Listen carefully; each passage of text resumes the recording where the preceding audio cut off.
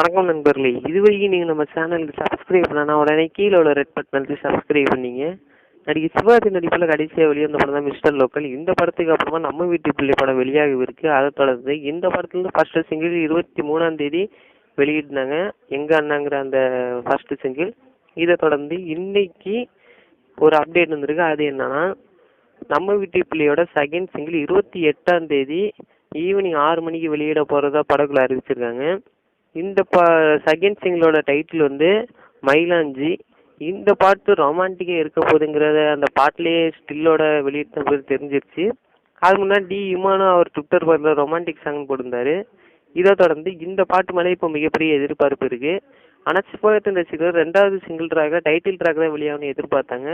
ஆனால் இப்போ ரொமான்டிக் சாங்காக தான் வெளியிடுறாங்க. இந்த படத்தோட டீசர் விநாயகர் சதுர்த்தி வெளியிட அதிக வாய்ப்பு இருக்குது. இந்த செகண்ட் சிங்கிள் நீங்கள் எவ்வளோ வெயிட் பண்ணுறீங்க கீழே கமெண்ட் பாக்ஸில் தெரிவிங்க.